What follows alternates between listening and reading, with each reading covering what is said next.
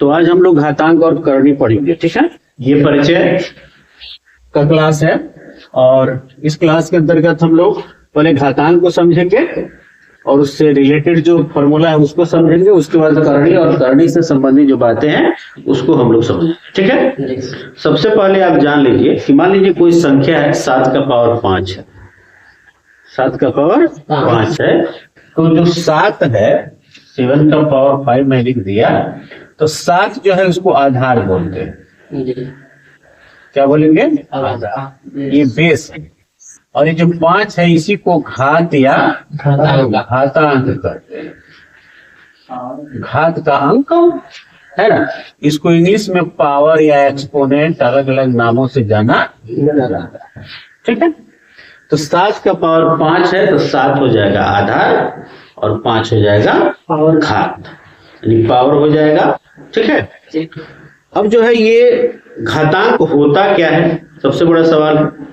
तो किसी संख्या को आप जितनी बार गुणा कीजिएगा, जितनी बार, जैसे 7 को हम यहाँ 5 बार गुणा किए हैं तब तो 7 का पावर 5 हुआ है। यहाँ जो इसका मतलब हुआ 7 गुणे 7 गुणे 7 गुणे 7 गुणे 7। तो किसी संख्या को जो है जितनी बार गुणा कीजिएगा, जितनी बार आपने गुणा किया है वही उसका घात होगा या वही उसका घातांक, ठीक है। और जिस संख्या को गुणा कर रहे हैं वह हो जाएगा आधार। सिंपल सी बात है। तो ये जो है घातांक से संबंधित कुछ उपयोगी फॉर्मूला है, उसको पहले हम लोग देखते हैं। जैसे गुणा से रिलेटेड है, मान लीजिए कि बेस सेम है और पावर क्या है अलग अलग, और ये संख्याएं गुणा में है। उस केस में जो है एक बेस लिखकर और पावर को जोड़ दिया, समझ गए। a का पावर m है गुणे b, a का पावर n है गुणे a का पावर 3 है, तो यही लिख दिए, सेम एक ही बेस लिखेंगे और पावर क्या हो जाएगा, जितना भी पावर हो उसको जोड़ दिया। क्लियर है। जैसे इसका एग्जाम्पल जो है तो हटा देना।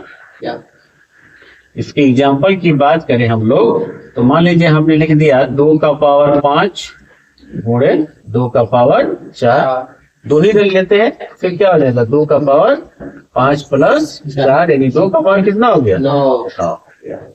कोई दिक्कत? दूसरा जो देखिए, यदि बेस यानी आधार सेम है और पावर अलग अलग केस में जब भाग में क्या करेंगे, भाग कर रहा है, तो उस केस में जो भाग करता है उसका पावर माइनस हो जाता है, यानी इसको लिखेंगे a का पावर f माइनस n, ठीक है। इसके एग्जाम्पल की बात की जाए बाबू, यदि हम लिख देते हैं 5 का पावर 6 भाग 5 का पावर 3, तो क्या होगा 5 का पावर 6 माइनस 3, यानी 5 का पावर 3। क्लियर है। यहाँ देखिए, जब जो है पावर का पावर का पावर का पावर कई पावर तो गुणा हो जाता है, उसमें कुछ विशेष नहीं होता है, सबको गुणा करके लिख दिया जाता है। यानी यहाँ पे a का पावर m, फिर उसका होल पावर n है, फिर उसका होल पावर l है, फिर उसका होल पावर p है, तो ज्यादा कंफ्यूज नहीं होना है। a का पावर m गुणे n गुणे l गुणे p है, ठीक है। जैसे मान लीजिए कि 5 है और 5 का पावर 2 है और फिर इसका पावर क्या है 3 है, नहीं, और फिर इसका पावर 4 है। इस तरह से कई पावर हो तो उस केस में 5 का पावर 2 गुणे 3 गुणे 4, तो कितना हो जाएगा 2 3 6 6 चौका 24, 5 का पावर कितना हो 24। बात समझ में आ रही है? बोलिए। भागा और वहाँ पे गुणा है तो जोड़े घटा है, जोड़ना और घटाना है, और प्लस और माइनस रहेगा तो कहाँ पे, जैसे a के पावर भागा के जगह पर अगर माइनस रहे तो या प्लस रहे तो, मतलब यहाँ पे आपका बेस सेम हो, हाँ बेस सेम, बेस सेम हो और पावर क्या हो अलग अलग, ये हम कह रहे हैं। जैसे 2 का पावर 5 है अब प्लस 2 का पावर 4, तो उसका मान निकाल, उसका वैल्यू कैलकुलेट करके उसको जोड़ दीजिए। और तो आसान है, अगर खाली रहता तो कौन सा, जैसे मान लीजिए 2 के पावर 50 हो गया और फिर 2 के पावर प्लस 2 के पावर 60 हो गया, तो उसको कैसे और उतना आप थोड़े कर देखिए यदि आप कह रहे हैं 2 का पावर 50 है और प्लस में 2 का पावर क्या है 60 है, तो आप जानते हैं 2 के पावर 60 में 2 का पावर 50 भी शामिल है। हाँ तो 2 का पावर 50 जब दोनों में है तो कॉमन हो गया ना, यहाँ 1 बच जाएगा, यहाँ 2 का पावर क्या बच गया 10 बच गया। अब इसको सॉल्व कर लेंगे। ठीक, उसका कोई फॉर्मूला नहीं होता है, फार्मूला उसका रहता है। ठीक है। हाँ, जो फॉर्मूला है वहां हमने लिख दिया है, ये तो आपको हल करना पड़ेगा, कैलकुलेट करना पड़ेगा। क्लियर हुआ? अब आई मान लीजिए बेस अलग अलग है और पावर क्या है सेम है, उस केस में क्या होगा, ये पावर सब पे बढ़ जाएगा जी, एक के पावर क्या हो जाएगा, इस सब पे बढ़ जाएगा। जैसे ए का पावर एम गुणे बी का पावर एम गुणे सी का पावर एम, इस तरह से गुणा ये सब पे बढ़ जाएगा, ये ध्यान रखना है। जैसे इसका एग्जाम्पल हम लेते हैं क्या कि मान लीजिए 2 गुणे 3 गुणे 4 गुणे है ना 5, और इस सब का पावर क्या हो गया 10 हो गया। तो फिर कुछ नहीं है, 2 का पावर 10 गुणे 3 का पावर 10, 4 का पावर 10 गुणे 5 का पावर 10। इसको कैलकुलेट करके ही आप इसका मान निकाल पाएंगे। क्लियर हुआ? ये ध्यान रखिएगा। यहाँ देखिए ए का पावर 0, किसी भी संख्या का पावर 0 हो तो उसका मान कितना होता है 1। 1 का पावर भी 0 हो तो उसका मान क्या होगा 1 होगा, 1 होगा। 1 का पावर भी 0 हो तो उसका मान 1 होगा, और 100 का पावर भी 0 हो तो उसका मान क्या होगा 1 होगा। और 10,000 का पावर भी 0 हो या 5 का पावर भी 0 हो तो उसका मान क्या होता है, कोई भी हो उसका पावर यदि 0 हो तो मान क्या होता है 1 होता है। क्या होता है 1। यहां देखिए अब मान लीजिए कि ए का पावर m है, ए का पावर m, तो फिर जब जो है इसको हम यदि इन्वर्स करके लिखते हैं, बिलोंग इसका लिखते हैं, इसके ए के पावर m नीचे क्या छिपा हुआ है 1 छिपा हुआ है ना, तो उल्टा करके लिखेंगे तो पावर माइनस में हो जाएगा जी। क्या हो जाएगा पावर माइनस में। जैसे ये यदि हम एग्जाम्पल लें 2 का पावर 5 है, इसके नीचे 1 छिपा हुआ है, इसको विपरीत करके लिखेंगे बाबू 1/2 का पावर -5। समझ पाए? और यदि पावर यदि ए का पावर n माइनस में है तो इसको उल्टेंगे तो पावर प्लस में हो जाता है। जैसे ए पे लिख देते हैं 2 का पावर -5 रहता है, इसको पलटिएगा तो यानी नीचे वाला ऊपर और ऊपर वाला 1/2 का पावर क्या हो जाएगा 5। इन्हीं याद रखना है आपको, ठीक है। यहां देखिए ये तो हो गया कि भाई पलटे तो पावर का जो साइन है वो क्या हो जाता है चेंज हो जाता है। यहाँ प्लस में है नीचे जाएगा तो माइनस हो जाएगा, यहाँ माइनस में है तो नीचे जाएगा तो क्या हो जाएगा प्लस हो जाएगा, 1 के नीचे किया। अब यहाँ भिन्न का पावर हो तो किसका, तो भी पलट जाएगा भिन्न का, तो उस केस में जो है पावर निगेटिव पॉजिटिव होगा तो भिन्न भी अंश हर हो जाता है, और हर क्या हो जाता है जी, ऐसा ही है ना। इसमें और इसमें कोई खास अंतर नहीं है जी, इस दोनों में कोई खास अंतर नहीं है। वैसे दिखने के लिए आपको अंतर दिख रहा है। थोड़ा एक एग्जांपल तो मैं आपको समझा दूं तो आपको क्लियर हो जाएगा। मान लीजिए हम लोग इसी को लेते हैं, फिर उसकी बात करें। जैसे यहां लेते हैं ए का पावर m/1 मैंने अपने मन से लिखा है, ए का पावर m/1, और इसको मैंने कहा कि बाबू 1/a का पावर -m होगा। यही बात बोले हम। अब इसको थोड़ा सा देखिए, इसको आप ऐसे लिख सकते हो a/1 का पावर m, हाँ वही होल पावर लिख सकते हैं ना, लिखा जा सकता है कि नहीं लिखा जा सकता? श्योर लिखा जा सकता है, क्योंकि उससे मान में कोई बदलाव होने वाला नहीं है। ए का पावर m रहेगा और 1 का पावर m हुई, 1 का पावर कुछ भी हो उसका मान क्या होता है 1 ही होता है जी, मान 1 होता है। अब इसको थोड़ा सॉल्व कीजिएगा आप, तो जो मैं यहाँ फॉर्मूला बोला हूँ तो देखिए जैसे ही आप 1/a करेंगे पावर हो जाएगा माइनस में, क्या हो गया? माइनस तो 1 का पावर माइनस m करेगा तब वो 1 होगा, और 1 का पावर माइनस m हो गया। इसी चीज को हम यहाँ लिखे, ये दोनों में कोई अंतर नहीं है, बशर्ते कि यहाँ जो है अंश और हर दिख रहा है और यहाँ अंश और हर नहीं दिख रहा है, ये ना, यानी इसका हर यहाँ छिपा हुआ, नीचे वाला छिपा हुआ। a बट्टा b का पावर m हो तो ये b बट्टा a का पावर क्या हो जाता है? यानी एग्जाम्पल के तौर पे दिया जाए कि 2/5 का पावर 6 हो, इस केस में जो है 5/2 के पावर माइनस 6, ये बट्टा बी के पावर m हो तो इसका मान b बट्टा a के पावर माइनस m हो जाएगा, ठीक है। उसी तरह से माइनस में पावर हो x बट्टा y का पावर माइनस n है तो फिर जो है ये y बट्टा x का पावर क्या हो जाएगा? प्लस में हो जाएगा, प्लस में हो जाएगा। जैसे जैसे जैसे बोलिए 4/6 का पावर माइनस 2 है, 6/4 का पावर क्या हो जाए? 2 बात समझता है क्या? ठीक है।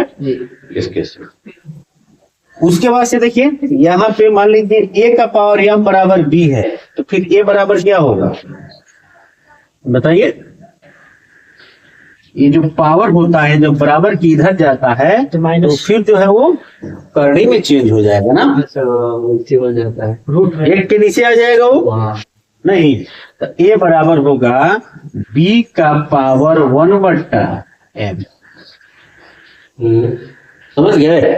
जैसे अब इसका एक एग्जाम्पल हम आपको बता दें, मान लीजिए 5 का पावर 2 है, 5 का पावर 2 बराबर क्या है? 4 है, तो फिर दिस इम्प्लाई 5 बराबर होता है, ये जो 2 पावर है ये इधर आके 1/2 हो जाता है, होता है ना। यानी ये क्या है? रूट करना है, 1/2 का मतलब रूट हो गया, तो √4 का मान कितना होता है? 2। तो आप सीधे पढ़े होंगे, देखो बाबू इधर जो है वर्ग है तो इधर जाके रूट कर देगा, पढ़े ना। तो खाली वर्ग है तो रूट नहीं करेगा, पावर 5 है तो इधर जाके 1/5 हो जाएगा, ठीक है। पावर 3 है तो इधर जाके 1/3 हो जाएगा, यानी 5 बराबर 4 का पावर 1/2, यहाँ 2 है तो यहाँ 3 रहता तो 5 बराबर 4 का पावर 1/3, यहाँ 6 रहता यानी पावर के रूप में, तो 5 बराबर 4 का पावर 1/6। एक करणी के अंतर्गत अभी हम लोग डिस्कस करेंगे, वर्गमूल, घनमूल, चतुर्थमूल, पंचमूल, षटमूल, है ना। ये करणी का साइन है, ठीक है। यहाँ पे यदि 1/n हो तो फिर जो है क्या होगा? यदि a का पावर 1/n बराबर b है तो a बराबर हो जाएगा b का पावर n। जैसे इनको या विपरीत, इसका क्या होता है? विपरीत होता है। जैसे हम लिख दिए 5 का पावर 1/2, 1/2 का मतलब √5, √5 है ना। 1/2 बराबर 4 है तो उस केस में 5 बराबर हो जाएगा 4 का पावर 2, 1/2 जो है इधर आके 2 बन गया, है ना। यानी एक्चुअली 1/2 था तो 2/1 हो गया, तो नीचे वाला 1 नहीं ना दिखाएंगे, नीचे वाले 1 को नहीं लिखा जाता है। यहाँ पे पावर का अंश जो है हर बन गया, और हर क्या बन रहा है? अंश बन रहा है, देख रहे हैं ना। यहाँ पे आप ये ध्यान दीजिएगा, तो नीचे वाला मान लीजिए नीचे 1 है तो 1 थोड़ा लिखेंगे हम लोग, उसको तो फेंक के जोड़े में फेंक देते हैं। हाँ, तो यहाँ पे हो जाएगा क्या हो जाएगा? 5 बराबर हो जाएगा 4 का पावर 2 यानी 4 चौका 16। तो एक अलग है कि सर 5 बराबर 16 कैसे होगा, ये आपको मैं समझाने के लिए बता रहा हूँ, है ना। कि हम एग्जाम्पल के तौर पे इसको समझ रहे हैं, ये मत कहेगा कि ये तो अलग चर्चा का विषय हो गया कि 5 बराबर 16 कैसे हो गया, उतना बराबर उतना कैसे हो, वहां कंफ्यूज नहीं होना है। a का पावर m है बराबर b, तो फिर a बराबर होगा b का पावर 1/m।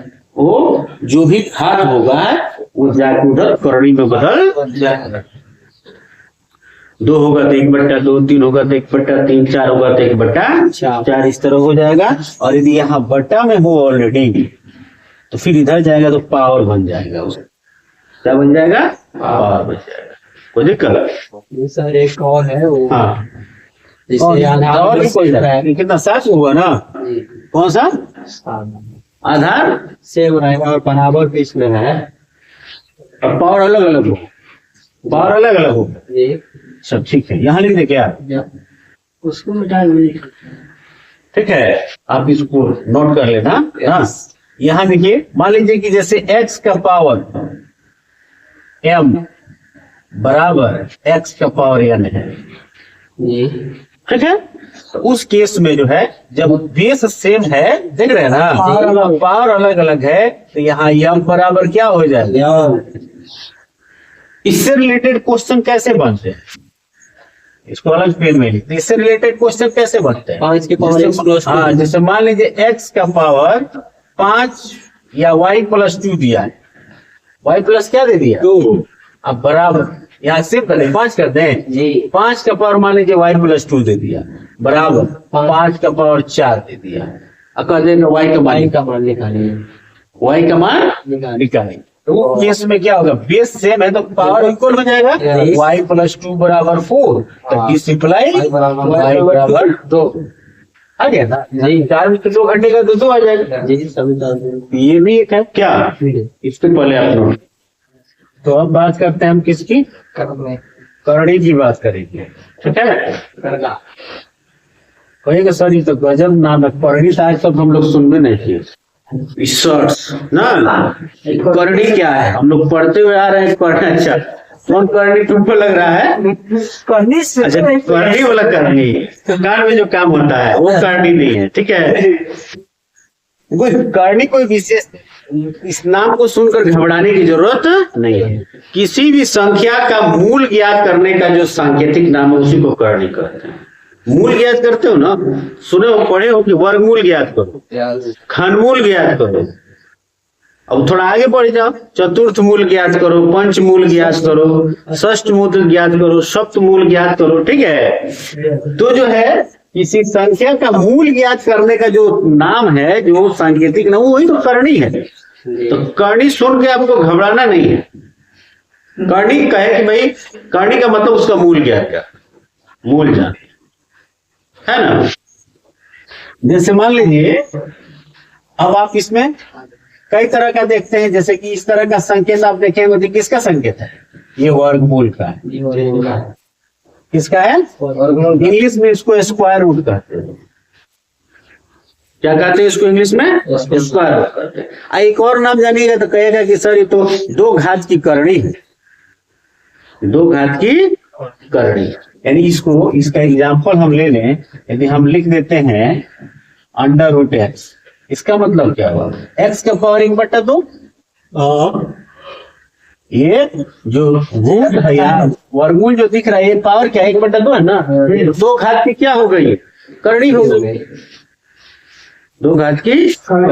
अब संख्यात्मक रूप से लीजिएगा तो मान लीजिए हम लिख दिया अंडर रूट 4, तो मतलब क्या हुआ? 4 के पावर 4 का पावर 1/2। तो 4 को हम लिख सकते हैं 2 का पावर 2, इसका पावर 1/2 कट जाएगा। तो पावर का पावर जो होता है गुणा में हो जाता है ना। अभी समझाया है, तो 2 से 2 कट गया, 2 का पावर 1 का मतलब क्या हो गया? 2। नहीं, हम लोग जानते हैं, तो सीधे हम लोग जानते हैं कि देखो बाबू, अंडर रूट 4 है, यानी 4 का वर्गमूल है, तो इसका मतलब हुआ वर्गमूल निकालना है, तो इसका मान 2 हो जाएगा। क्या हो जाएगा?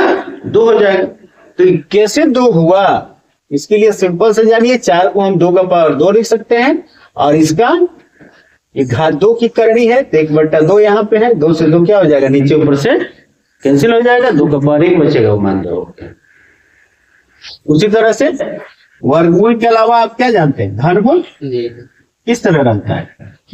इस तरह यहाँ 3 लिखा जाएगा, घन क्यूब रूट। क्यूब रूट कहिए, इसको कहिए क्यूब रूट कि 3 घात की करणी, 3 घात की करणी, या घात 3 की करणी नहीं। तो इस तरह से यदि मान आ जाए, मान लीजिए आपको दे देता है कि बताओ जी 8 का घनमूल का मान कितना होगा, तो क्या मतलब हुआ? 8 का पावर 1/3 है ना, मतलब हुआ। तो 8 को लिख सकते हैं 2 का पावर 3, और इसका मान 1/3 कट जाएगा ना। 2 का पावर 1 का मतलब क्या हो गया? तो वर्गमूल, घनमूल, अब तो चतुर्थ मूल भी हो गया। मान लीजिए चतुर्थ मूल की बात करें हम लोग, ये चतुर्थ मूल का सिंबल है, इसको कहेंगे चतुर्थ मूल। नहीं, फोर्थ रूट, पंचमूल फिफ्थ रूट, षष्ठ मूल सिक्स्थ रूट। मन होने लगा ना। तो जो है अब चतुर्थ मूल आपको मान लीजिए कि एग्जाम्पल दे दे कि भाई ये 16 का चतुर्थ मूल बताओ, तो फिर वहीं पर इसको लिख सकते हैं ना, 16 का चतुर्थ मूल बताओ। हाँ, 16 का पावर 1/4 ये जो है चतुर्थ मूल यहाँ आ जाएगा। इसका मतलब हुआ 2 का पावर 4 लिख सकते हैं 16 को ना, 1/4। 4 से 4 क्या आ गया, कैंसिल, ये आ गया क्या बात, 2। ठीक है, तो इस 16 यानी चतुर्थ मूल को हम लोग, मैं कहना ही चाह रहा था कि चतुर्थ मूल को हम लोग कह सकते हैं घात 4 की करनी, या 4 घात की करनी। उसी तरह पंचमूल को, फिफ्थ रूट को हम कह सकते हैं 5 घात की करनी। तो करनी नाम सुन के घबराना नहीं है, घबराना नहीं है। किसी भी संख्या का मूल ज्ञात करने का जो सांकेतिक नाम वही करनी हो गया। तब जो भी मूल ज्ञात करना, वर्गमूल, घनमूल, है ना, चतुर्थ मूल, पंचमूल, कोई बात ही समझ में आई क्या? अब अगर चतुर्थ मूल निकाल रहे हैं, और हम लोग पता नहीं रहेगा कि 4 के हैं तो इसका यहाँ 2, जैसे 2 के पावर 4 करके 1/4 कर दिए, काट दिए, तो कट गया। 2 का पता है कि 2 हो गया, और हमको नहीं पता रहता। जैसे मान लीजिए आप कह रहे थे कि आपके कहने का मतलब सर यहाँ 32 रहता तो क्या होगा?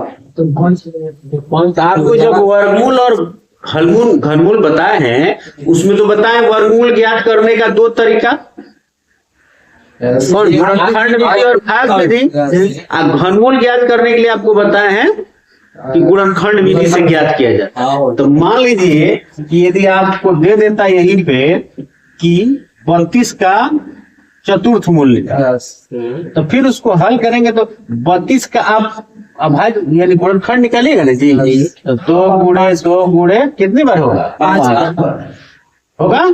यहाँ है तो 4 यहाँ चतुर्थ मूल है, इसका मतलब 4 के बदले 1 बाहर निकलेगा।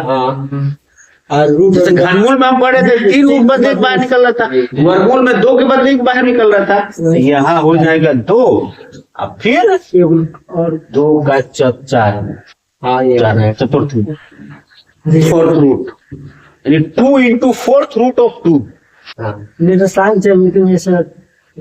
हुआ ना। सर यही इसका मान होगा 2 into 4th root of 2। Clear हो गया? तो ये जो है करणी जो है बाबू, करणी 2 प्रकार का दिखता है। कितने प्रकार का दिखता है? 2 प्रकार का दिखता है। एक तो सजातीय करणी, एक विजातीय करणी। कोई सवाल आपको मिलेगा तो सजातीय करणी वाला मिलेगा, अब विजातीय करणी वाला मिलेगा। तो सजातीय करणी को समान करणी कहेंगे और विजातीय करणी को असमान करणी कहा जाएगा। तो 2 प्रकार का करणी दिखाई देगा, सजातीय